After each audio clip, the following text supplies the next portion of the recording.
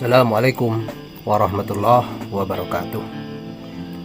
Teman-teman sekalian, berjumpa kembali dengan Mang Didin Pawan Kefir. Dalam kesempatan kali ini, Mamang akan membahas tentang perbedaan warna kolostrum. Karena di dalam salah satu jenis varian kefir sendiri, itu ada yang disebut dengan kefir kolostrum. Hanya masalahnya, biasanya ada perbedaan warna pada kolostrum ini. Jadi kolostrum itu kan cairan perak susu. Jadi ketika kambing atau sapi itu melahirkan, cairan pertama yang keluar dari puting atau ambing itu disebut kolostrum, bukan susu. Hanya cairan itu, kolostrum itu yang keluar biasanya ada yang berwarna kuning pekat dan sangat kental, ada juga yang kuningnya kuning rendah, jadi agak kuning dan encer.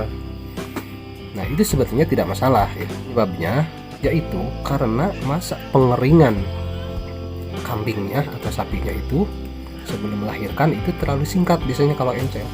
Nah, kalau kental itu masa pengeringannya cukup lama. Jadi misalkan kambing atau sapi sedang diperah misalkan. Kemudian ketika berahi itu dikawinkan. Ketika dikawinkan misalkan jadi bunting. Nah, walaupun sedang bunting ini sapi masih tetap bisa diperah ya. Jadi walaupun sedang bunting dia masih tetap bisa diperah sampai umur kebuntingannya itu 7 bulan. Jadi kalau buntingnya sudah 7 bulan baru dihentikan, jangan diperah, walaupun masih terus bisa menghasilkan susu ya. Sapi itu kan buntingnya 9 bulan ya. Kalau kambing biasanya 5 bulan. Sebelum mencapai kebuntingan 9 bulan, yaitu sebelum melahirkan, pada saat buntingnya itu 7 bulan langsung dihentikan, jangan diperah, karena untuk memberikan masa istirahat kelenjar-kelenjar susunya supaya nanti bisa menghasilkan kolostrum yang baik ya. Kalau 2 bulan masa istirahatnya sebelum melahirkan, biasanya itu akan menghasilkan kolostrum yang kental dan kuning pekat sekali. Nah, hanya biasanya ada peternak yang sayang, biasanya sayang masih ada susunya supaya bisa terus menghasilkan duit ya. Itu terus aja diperah sampai umur 9 bulan.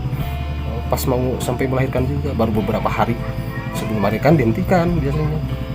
Nah, karena masa istirahatnya yang terlalu singkat, yang terlalu sebentar, sehingga kolostrum yang dihasilkannya itu tidak sangat kuning dan tidak sangat kental. Nah, itu yang menyebabkan kenapa ada perbedaan warna kolostrum. Jadi kalau masalah kuning pekat dan kuning rendah itu tidak masalah. Hanya yang jadi masalah biasanya kalau ada kolostrum yang berwarna merah atau ada kolostrum yang berwarna hitam, nah itu yang jadi masalah. Kolostrum yang berwarna merah itu disebabkan karena ada kelenjar susunya yang pecah. Jadi ada yang robek sehingga ada cairan darah yang masuk bercampur dengan kolostrum dan menghasilkan kolostrum yang merah karena bercampur darah.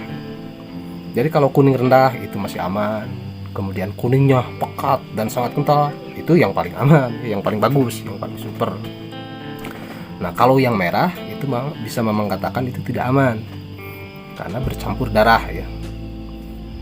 Kemudian ada juga yang warna coklat rendah, tidak apa-apa. Kalau coklat rendah itu kuning kecoklatan sedikit, itu karena ada luka puting susunya itu. Tapi itu relatif aman karena hanya yang tercampur darahnya sedikit.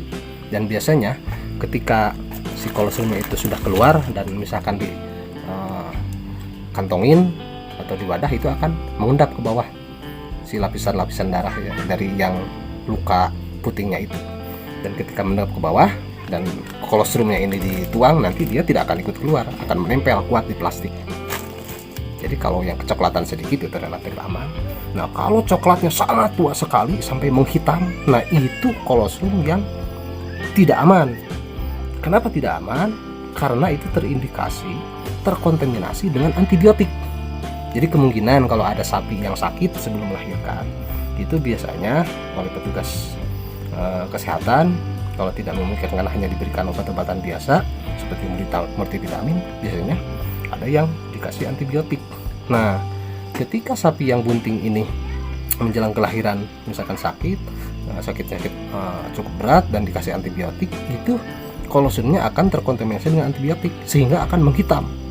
Jadi hati-hati saja kalau misalkan mau memfermentasi kefir kolostrum. Kalau kolostrum mau dijadikan kefir, itu bahan bakunya harus yang relatif aman. Pertama yang kuning, kemudian yang kedua yang kuning rendah juga masih relatif aman, ketiga yang kuning agak kecoklatan sedikit masih agak aman gitu ya. Kemudian kalau yang merah dan hitam, coklat kehitaman, nah itu yang tidak aman kalau yang sudah menghitam. Nah, sampai di sini mungkin teman-teman ada gambaran dan tidak akan ada lagi keraguan bagaimana nantinya cara mengakomodir kolostrum untuk difermentasi menjadi kefir kolostrum.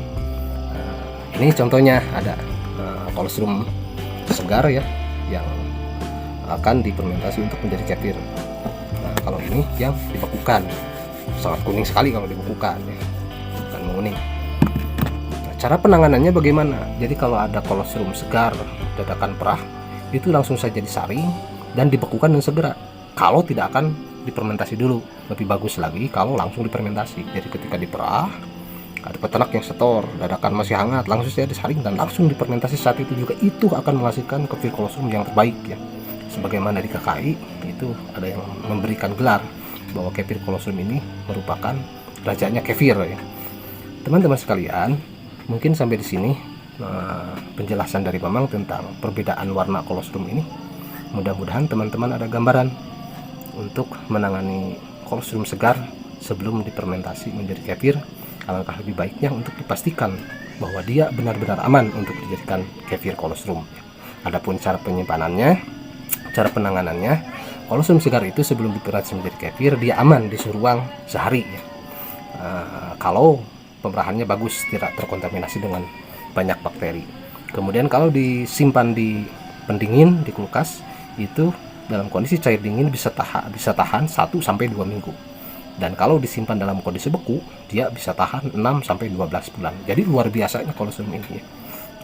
Masa simpannya juga bahkan lebih daripada susu-susu biasa. Demikian, terima kasih. Salam sehat bersama Kefir. Wassalamualaikum warahmatullahi wabarakatuh.